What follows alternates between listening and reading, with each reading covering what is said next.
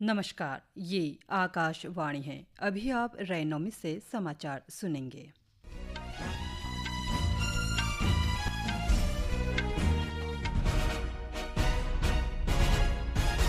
पहले मुख्य समाचार।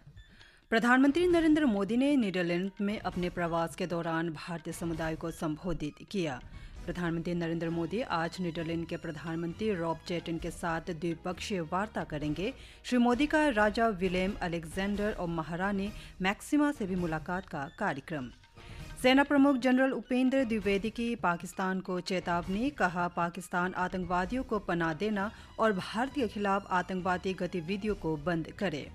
पश्चिम बंगाल सरकार ने राज्य में वर्ष 2011 से जारी सभी जाति प्रमाण पत्रों की जांच के आदेश दिए और सीबीएसई ने कक्षा 12वीं के छात्रों की उत्तर पुस्तिकाओं के 2 चरणों में पुनर्मूल्यांकन की प्रक्रिया की घोषणा की।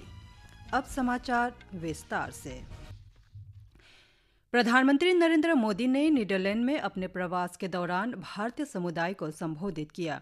हैग में एक सामुदायिक कार्यक्रम को संबोधित करते हुए प्रधानमंत्री नरेंद्र मोदी ने कहा कि सभा की गर्मजोशी और उत्साह ने उन्हें ऐसा महसूस कराया जैसे वे भारत में किसी उत्सव में भाग ले रहे हैं।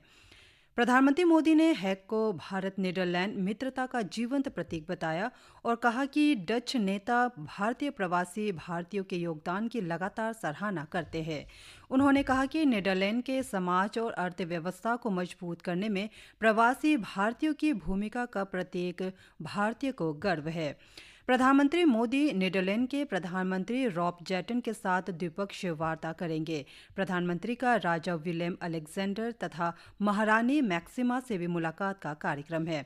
ये दौरा बहुत महत्वपूर्ण है। इसमें भारत यूरोप मुक्त व्यापार समझौते के बाद भारत यूरोपीय संघ के व्यापक संबंधों को आकार देने की संभावना है। प्रधानमंत्री अपने प्रवास के दौरान वहां के प्रमुख व्यापारिक नेताओं से भी बातचीत करेंगे। ये कार्यक्रम प्रधानमंत्री की नीदरलैंड्स यात्रा का एक मुख्य आकर्षण होगा। इस सामुदायिक कार्यक्रम में भारत नीदरलैंड संबंधों, प्रवासी भारतीयों की भूमिका और भारत की वैश्विक पहुंच पर ध्यान केंद्रित किए जाने की उम्मीद है। भारत और नीदरलैंड्स के बीच सेमीकंडक्टर चिप्स, एआई और व्यापार के क्षेत्र में कई महत्वपूर्ण समझौतों पर भी हस्ताक्षर होने की संभावना है। सेना प्रमुख जनरल उपेंद्र द्विवेदी ने पाकिस्तान को कड़ी चेतावनी देते हुए कहा है कि उसे आतंकवादियों को पनाह देना और भारत के खिलाफ गतिविधियां चलाना बंद करना होगा।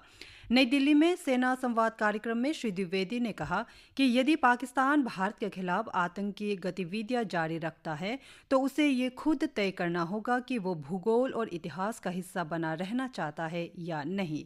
सेना प्रमुख की ये टिप्पणी भारत की आतंकवाद के खिलाफ सख्त नीति को दर्शाती है। अमेरिका के राष्ट्रपति डोनाल्ड ट्रंप ने ताइवान को चीन से औपचारिक रूप से स्वतंत्र घोषित करने के खिलाफ चेतावनी दी है। ताइवान के राष्ट्रपति लाई चिंग-ते ने पहले कहा था कि ताइवान को स्वतंत्र घोषित करने की जरूरत नहीं है क्योंकि वो स्वयं को पहले से ही एक संप्रभु राष्ट्र मानते हैं। अमेरिका लंबे समय से ताइवान का समर्थन करता रहा है, जिसमें अमेरिकी कानून के अंतर्गत उसे आत्मरक्षा के साधन उपलब्ध कराना भी शामिल है और साथ ही ये चीन के साथ अपने कूटनीतिक संबंध भी बनाए रखता है। पश्चिम बंगाल सरकार ने राज्य में वर्ष 2011 से जारी सभी जाति प्रमाण पत्रों की जांच का आदेश दिया है। अधिकारियों ने कहा है कि पिछले 14 वर्षों में इन दस्तावेजों की प्रामाणिकता और वैधता पर सवाल उठाए गए हैं। इस अवधि के दौरान अनुसूचित जाति, अनुसूचित जनजाति और अन्य पिछड़ा वर्ग के लगभग 1,69,00,000 जाति प्रमाण पत्र जारी किए गए हैं।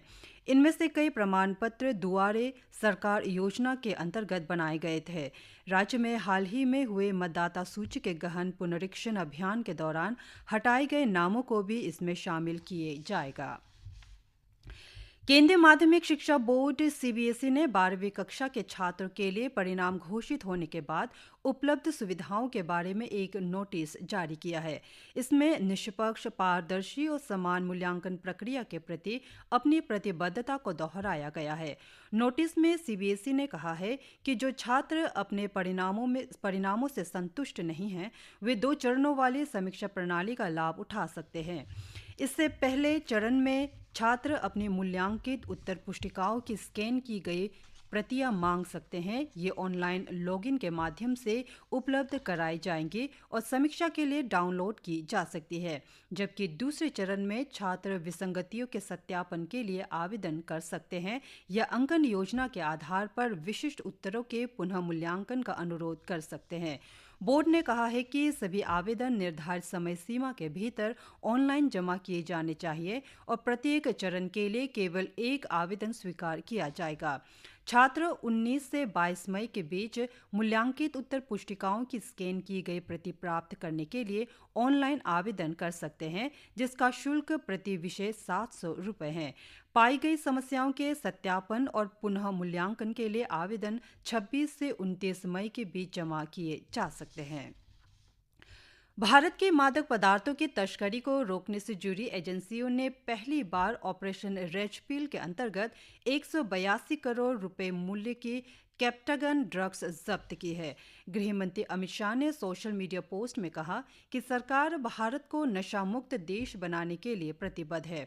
उन्होंने कहा कि पश्चिम एशियाई देशों में जा रही ड्रग्स की खेप को जब्ती और एक विदेशी नागरिक की गिरफ्तारी इस दिशा में भारत की कड़ी नीति को दर्शाती है। श्री शाह ने कहा कि सरकार भारत में आने वाले और अवैध रूप से भारत से बाहर जाने वाले मादक पदार्थों की प्रति ग्राम मात्रा पर भी नकेल कसेगी। उन्होंने स्वापक नियंत्रण ब्यूरो के कर्मचारियों को भी बधाई दी। सरकारी सूत्रों के अनुसार कैप्टागन फेनेटिलिन का प्रचलित नाम है, जो एक सिंथेटिक उत्तेजक दवा है जिसे मूल रूप से 1960 के दशक में ध्यान संबंधी विकारों और नार्कोलेप्सी के चिकित्सा उपचार के लिए विकसित किया गया था। इसकी लत लगने की प्रवृत्ति और दुरुपयोग की संभावना के कारण मूल दवा फॉर्मुलेशन को अंततः अंतर्राष्ट्रीय स्तर पर प्रतिबंधित कर दिया गया था।